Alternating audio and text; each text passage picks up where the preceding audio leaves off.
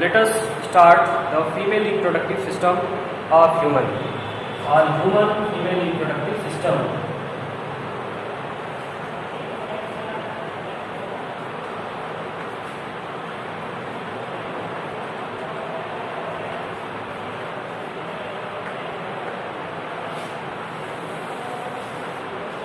So as in the case of male reproductive system, we have discussed or we have classified the organs which constitute the system into two categories, as primary as well as the secondary sex organ. So in female reproductive system, we will also classify the organs into primary sex organ as well as secondary sex organ. So under the primary sex organ in human female reproductive system, we will consider a pair of ovary, okay, primary sex organ. So primary sex organ is a pair of one pair ovary, and ovary, the function of ovary is the formation of produce female gamete,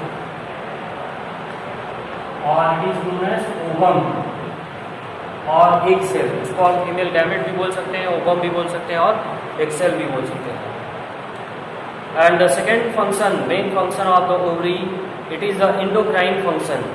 Okay, जो कि हम लोग previous chapter में पढ़ चुके हैं. That ovary also produce synthesize the hormone synthesis.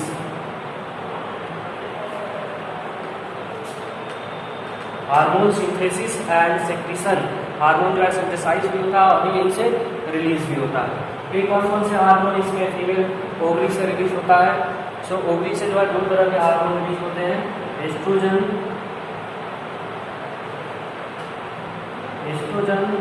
And progesterone.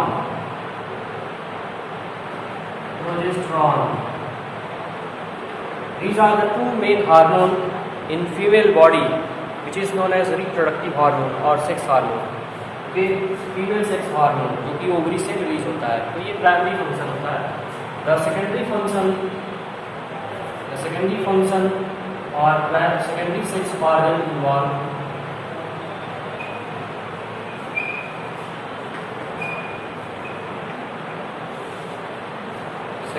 organ involve a number of duct or tube along with the opening of the or external genitalia.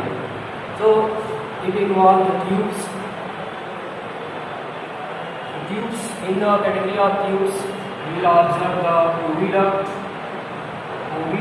or fallopian tube.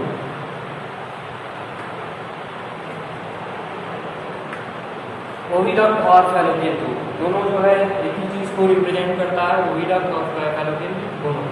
इसके अलावा जो है second चीज आप पढ़ेंगे, oviduct open to a chamber which is known as the uterus. Uterus का क्या काम होता है, अभी रोल हम लोग पढ़ेंगे. Then uterus open to cervix. Okay, these are the duct or tube inside in the category of secondary sex organ in female reproductive system. And then the second is the external genitalia.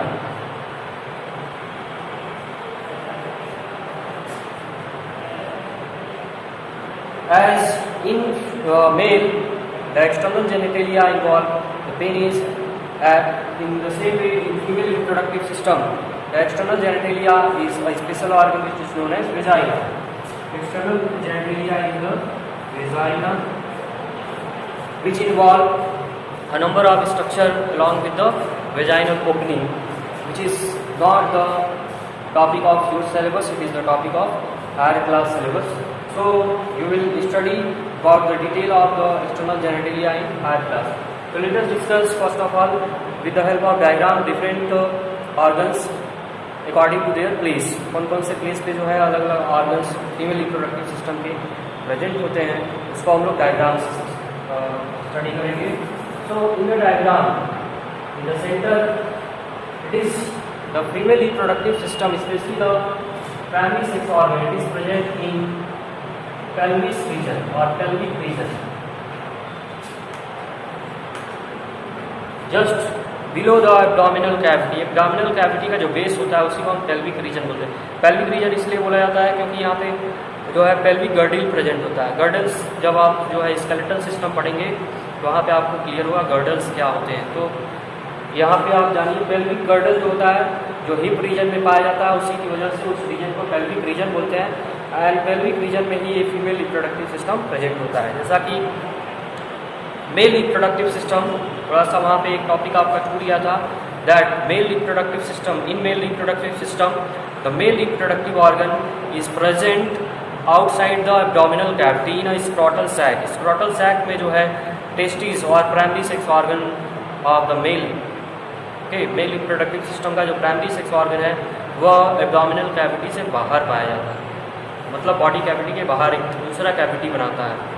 तो उसके पीछे एक reason है, the reason is the requirement of 2 degree Celsius less temperature than our normal body temperature. Body temperature से जो है 2 degree Celsius कम का एक फिक्स टेम्परेचर होता है which is required for spermatogenesis और which is required for the formation of sperm as well as synthesis of hormone. This normal function of the testis will take place only at the temperature just below the 2 degree Celsius, just 2 degree Celsius below the body temperature। Body temperature के 2 degree Celsius कम temperature पे spermatogenesis अच्छे से होता है। तो इसीलिए जो है एब्डोमिनल कैविटी से बाहर स्क्रोटल सैक में टेस्टिस प्रेजेंट होता है, means outside the body. But here the ovary, there is no any condition for the ovary for their function. So ovary found inside the abdominal cavity in pelvic region. So let us draw a diagram first of all about the uterus. So uterus, it is a inverted pear-shaped structure, okay, pear-shaped structure पाया होती है ovary, uterus. तो uterus से ही attach जो है ovary आपका पाया जाता है। This ovary, it is remain attached on either side of the uterus. Uterus के दोनों तरफ ये ओवरी अटैच्ड पाए जाते हैं, एक one on left side and one on right side. One pair of ovary remain attached to the wall of uterus along with the wall of the abdominal cavity. Abdominal cavity के भी wall से attached होता है with the help of the ligaments, okay, ligament से ये जुड़े रहते हैं। Sorry, not ligament, it is by tendons, क्योंकि टेंडन्स जो है मसल्स टू मसल को टाइट करने का काम करता है, bones to muscle. Then the ovary release है its egg after the ovulation. Ovulation के बाद जो है यहाँ से ओवरी से एग रिलीज होता है, one egg from each ovary alternatively, okay, alternately जो है एक सेल यहाँ से मैच्योर होने के बाद, मान लीजिए यहाँ पे फॉलिकल बनना शुरू हुआ, थोड़ा सा बड़ा होगा और बड़ा होगा, यहाँ पे जो है रप्चर होता है। तो रप्चर होने के बाद दो स्ट्रक्चर बनता है। After rupturing of the mature follicle there are 2 structure form, one is the male gamete that is female gamete that is egg cell और ovum, and the other is the corpus luteum. ये जो है corpus luteum बन जाता है। तो ये आपका जो फीमेल गैमेट है ओवम वही बाहर निकलता है, कार्पस लूटियम ओवरी के अंदर ही रह जाता है। अभी इसका फंक्शन आपको बताया जाएगा। Then so this is the ovary, okay, this is the right ovary, this one is the left ovary. So ovary release egg from its surface और from its inside structure. Ovary के पास 2 part होते हैं। Ovary के structure में 2 reason divided होते हैं। Peripheral reason को हम बोलते हैं cortex region, while the middle region is known as medulla region. तो देखिए ये जो है ओवरी से रिलीज होगा और ये आएगा यहाँ पे first part of oviduct, it is known as the infundibulum. जो है इनफंडिबुलम कहलाता है। ओविडक्ट में 3 पार्ट होते हैं। इनफंडिबुलम जो कि ओवरी से अटैच्ड वाला पार्ट होता है, it is known as infundibulum. और यहाँ से जो है ये थोड़ा सा यहाँ पे स्वेलन पोर्शन पाया जाता है, swollen part, and this swollen part of the oviduct is as the ampulla, and the last, the narrow region of the oviduct, it is known as isthmus. So infundibulum, ampulla and isthmus together form the oviduct. ये तीनों मिलकर के जो है oviduct बनाते हैं. These three together known as oviduct और fallopian tube. ये तीनों मिलकर के ओविडक्ट या फैलोपियन ट्यूब बनाते हैं, क्योंकि ये जो है कॉमन डक्ट होता है. But on the basis of the structure, the oviduct on the basis of structure of different region, it is categorised, classified to 3 region: infundibulum, ampulla and isthmus. So after release of ovum or egg cell or female gamete, it is received by the infundibulum region, and in infundibular region the finger-like outgrowth is found, and that finger-like outgrowth is known as the fimbriae. Fimbriae is the finger-like outgrowth or cilia-like outgrowth. इसमें जो है cilia के जैसा structure निकला होता है, and that are responsible to receive ovum inside the oviduct. oviduct के अंदर जो है रिसीव करने के लिए, ovum को रिसीव करने के लिए found the ovary. They make a movements which create a suction. Suctional force create होता है, उससे क्या होता है, ओवम आसानी से इसमें एंटर कर जाता है. Taken by the infundibulum, and after taking from the infundibulum it is transferred to the ampulla region, and it is remain situated or remain stay for about 24 hours just after ovulation. Ovulation के बाद जो है 24 hours तक ये ampulla और आइसमस के बीच का जो जंक्शन होता है, जहाँ पे एम्पुला और आइसमस जुड़ते हैं, उसी पे जाके वो रुक जाता है. अब आगे बढ़ते हैं, इसका फिजियोलॉजी अभी आगे बढ़ेंगे, पहले स्ट्रक्चर बात कर रहे हैं. तो स्ट्रक्चर में आपका जो है ये वॉल ऑफ यूट्रस दिखता है, this is the wall of uterus.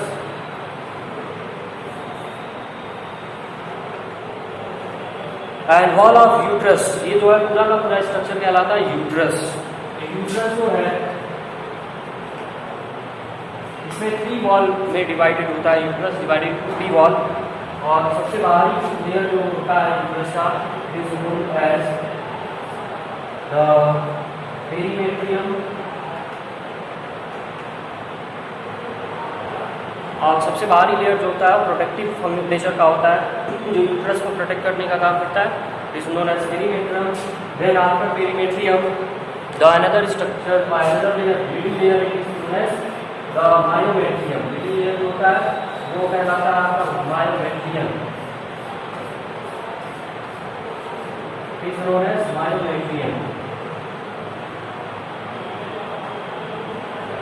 And the innermost layer, it is known as endometrium.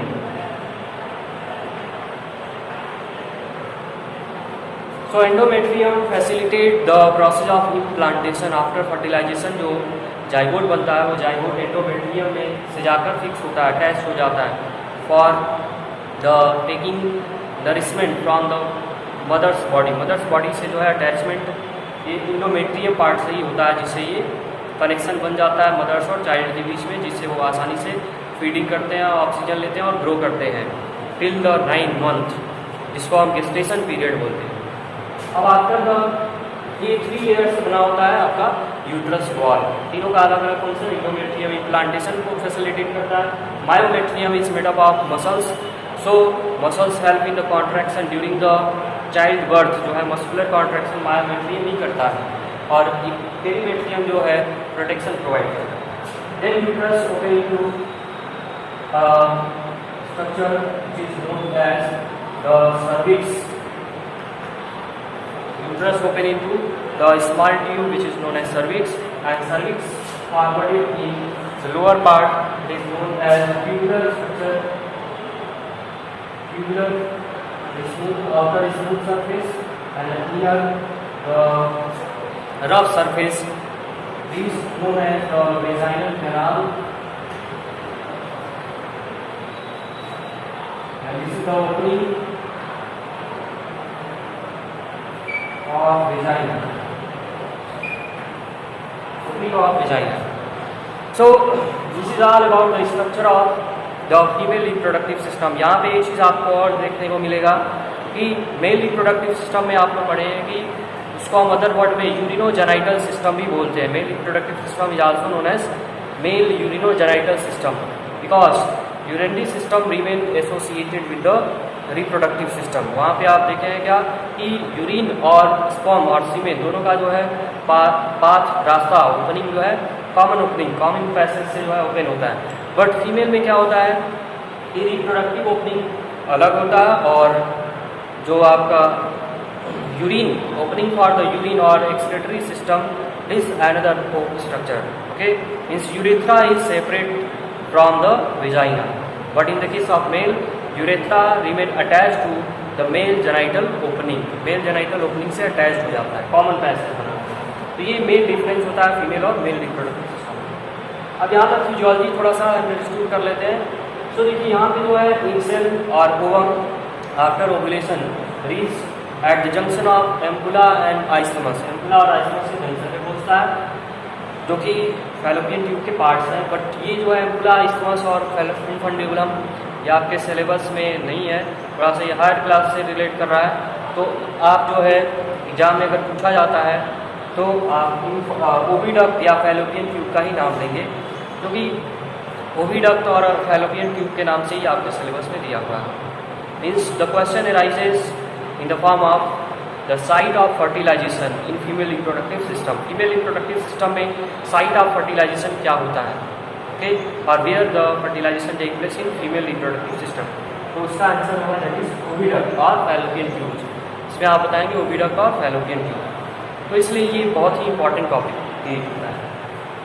सो अगर ये फर्टिलाइजेशन होता है, fertilization take place, then fertilization take place means if the copulation or insemination process occur during that 24-hour period when the ovum or egg cell remain in the oviduct। oviduct में अगर ovum और egg cell जो है present रहता है तभी ये fertilisation possible होगा बाय द पॉपुलेशन और इंसेमिनेशन।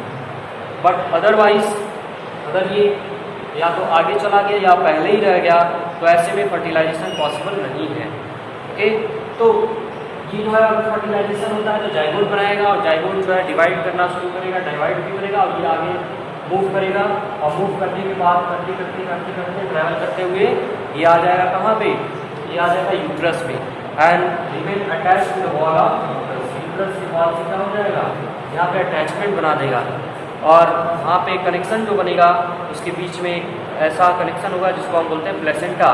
तो प्लेसेंटा ही जो है फैसिलिटेट करता है फॉर ट्रांसफर ऑफ सब्सटेंसेस और exchange of substances between the mother's body and the growing embryo. Growing embryo और मदर्स बॉडी के बीच में जो कनेक्शन एक्सचेंज होता है सब्सटेंसेस का, क्या कौन से सब्सटेंसेस का एक्सचेंज होता है तो थोड़ा सा यहाँ पे बताते रहें कि देखिए ग्रोइंग एम्ब्रियो के लिए क्या जरूरत होगा, oxygen and nutrient. So that oxygen and nutrients will be transferred from mother's blood into the embryo, while the excretory product which is formed during the metabolism, जब सेल बन गया तो मेटाबॉलिज्म होगा, so the excretory product will be formed in the embryo, will transfer from the embryo into the mother's body also through the placenta। placenta के through ही जो ये transfer होगा।